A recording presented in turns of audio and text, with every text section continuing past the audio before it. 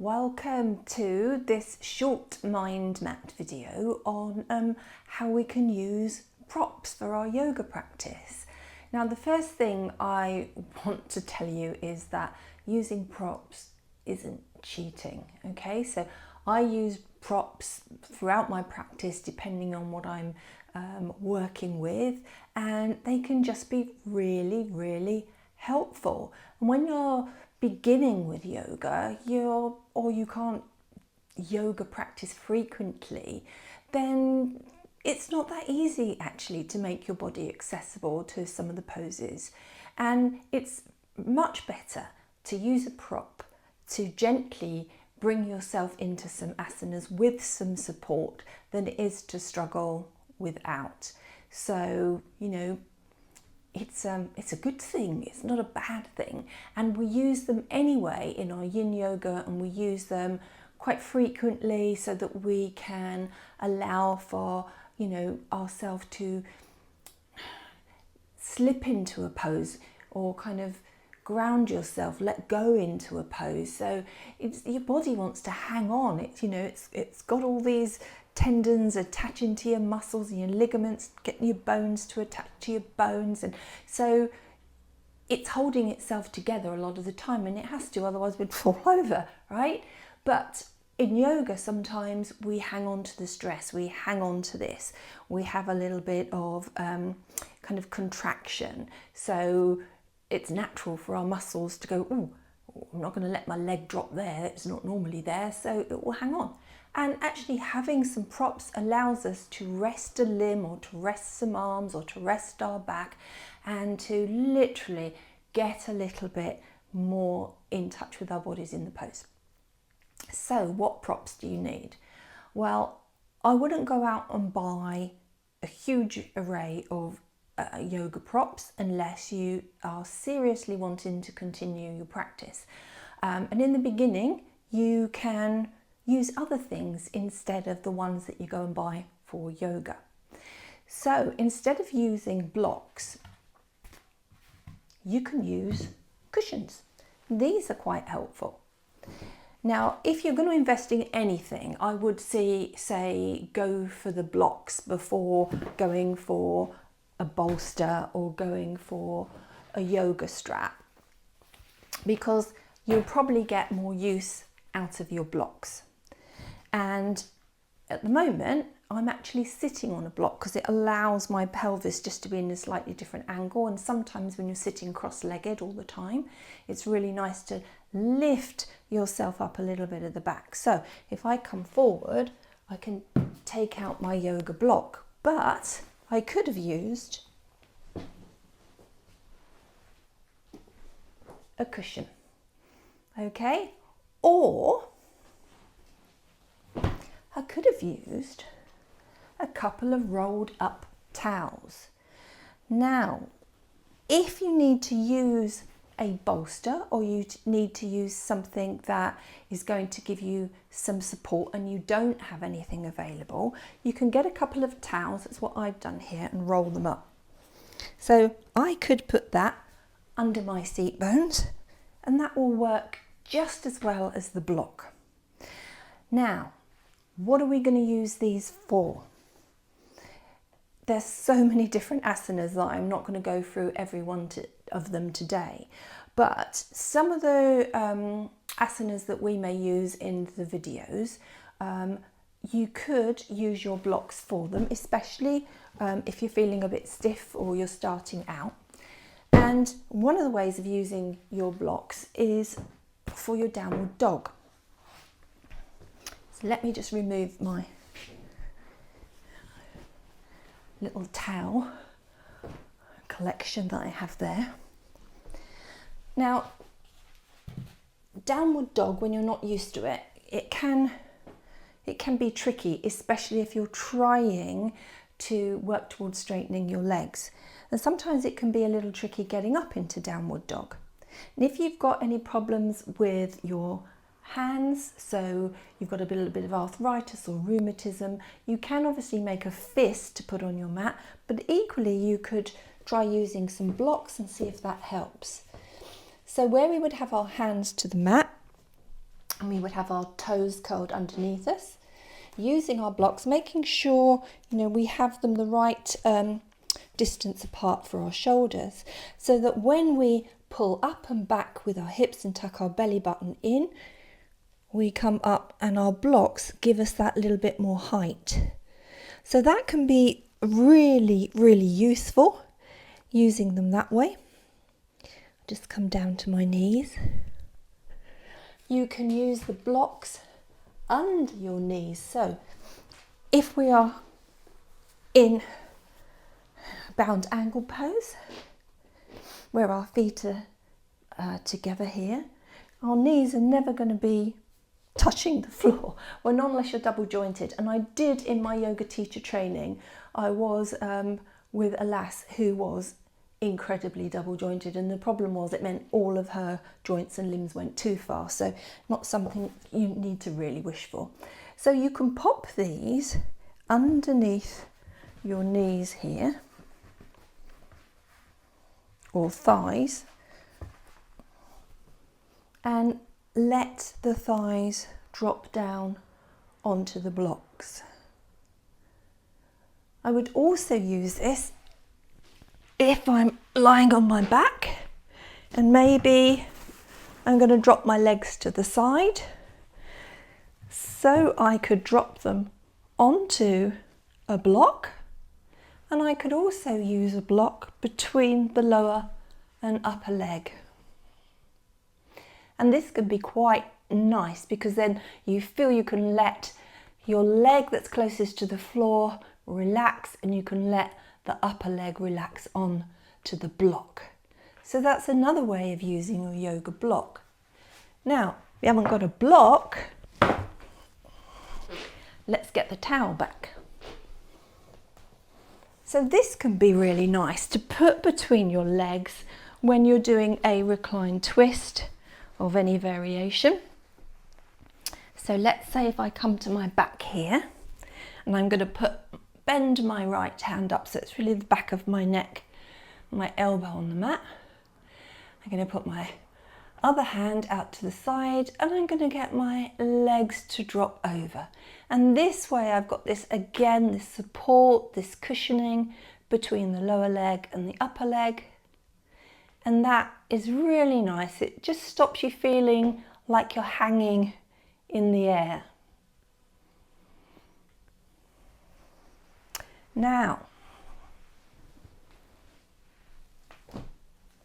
with a block, it's really lovely. One of my favourite things to do with it is when I want to put my legs in the air. So bound angle pose is one of my favourites for relaxation. But I have to say, the one that I do for kind of chilling down and grounding myself is to put my legs in the air. Now, I often do it up the wall for support with something underneath the back here of my pelvis.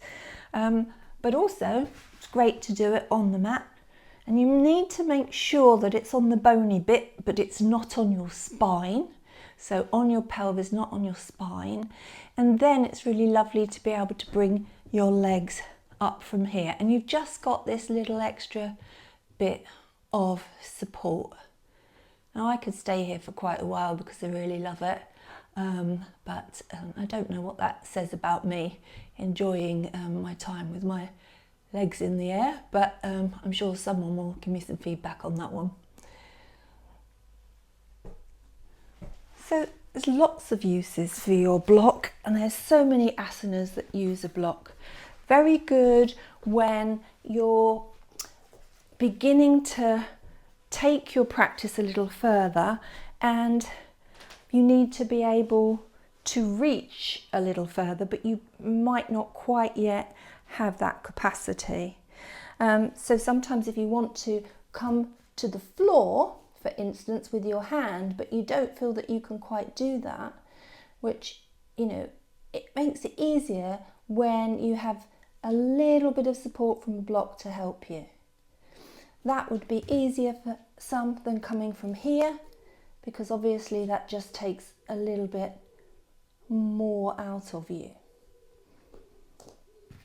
Great also when you want to use something to just rest the back of your head on, so it's helpful for that too.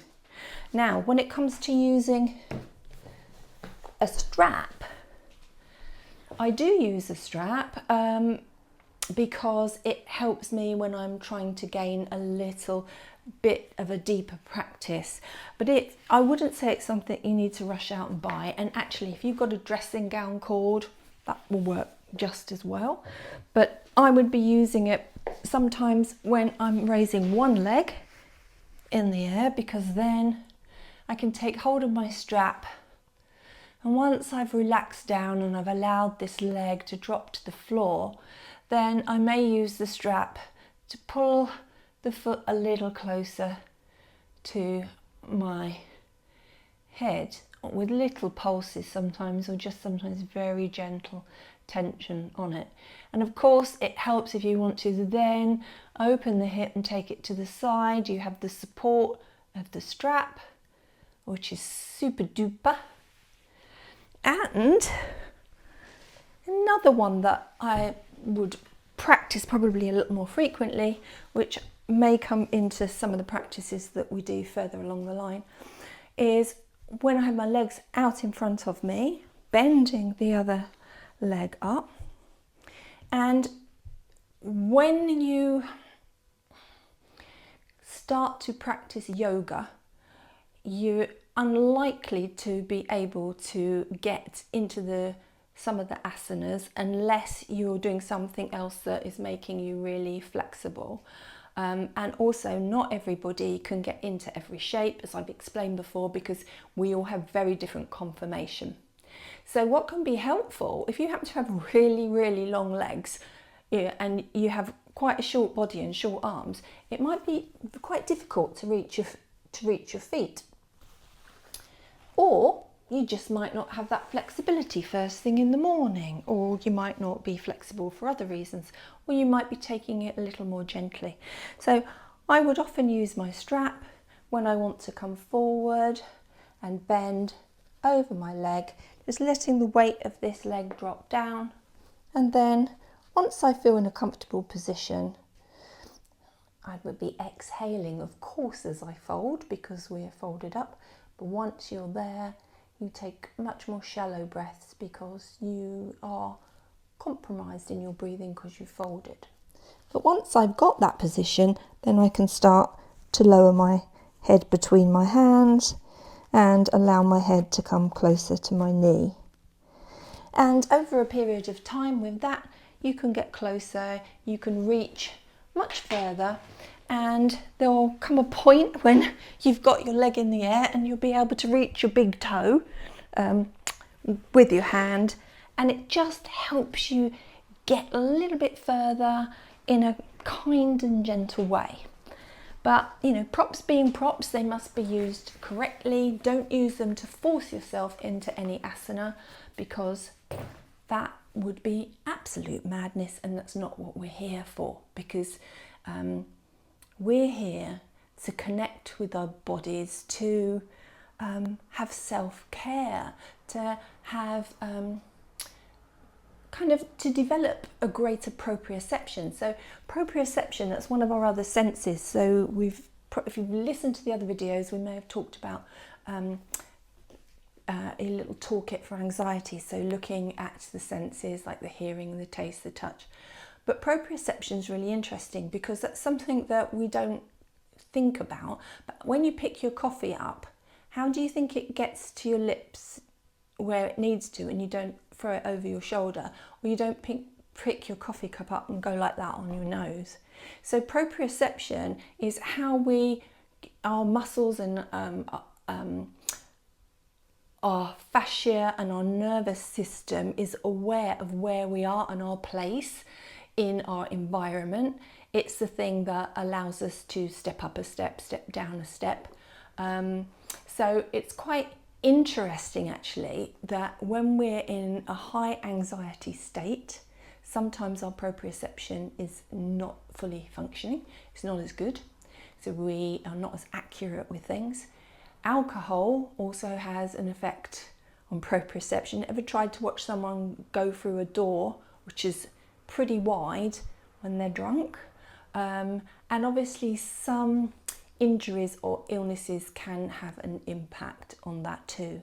But yoga is great because all the time we're tapping in and we're thinking about where we're putting our fingers, how we're stepping back on our mat, trusting that the earth is there to get us, how we might swim our arms behind, and how we might feel under our fingertips and know where the mat is. And of course the balancing practices where we do tree pose, or where we just basically learn how to balance on one leg or come up on our toes and feel the inside and outside of our feet, is all about that proprioception and development of that. So using props can often be helpful with that too, because we're learning how to feel and how to place. Now the bolster, if you do a lot of yin yoga, you will already be familiar with these, and actually it can be really lovely for relaxing practice.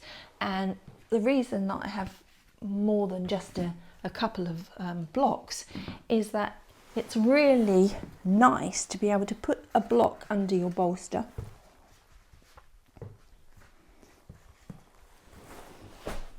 like that. So it's almost like you've got a lovely little couch to lean back on, and then snuggle yourself up so that you've got your lower back here. And then as you come back onto your bolster, you can pop these blocks under your knees, feet together, and relax. Be used for other yin poses for relaxation. Sometimes we'll put a leg over a bolster. It's kind of cool. Yeah, just lots and lots of uses for all these little yoga props. But what I would say is, don't panic if you haven't got any. Grab some rolled up towels, that can be useful. Grab a couple of cushions, and if you want to invest in something, the prop of choice to go for first, I would say, is your yoga blocks. So I know this is short and it's sweet, and I could go on for the whole day with different positions using yoga blocks, but if you're interested, obviously there's lots of information online, and if ever you think a block will be useful for an asana and you think, oh, I could just pop this here or pop that there, then try it out, see what it feels like. Check it online, see how other people are using their blocks or their cushions. So I hope this has been at least a little bit of an introduction to our yoga props, and yeah, I hope if I haven't driven you away with all this information, then I hope to see you again back on the mat.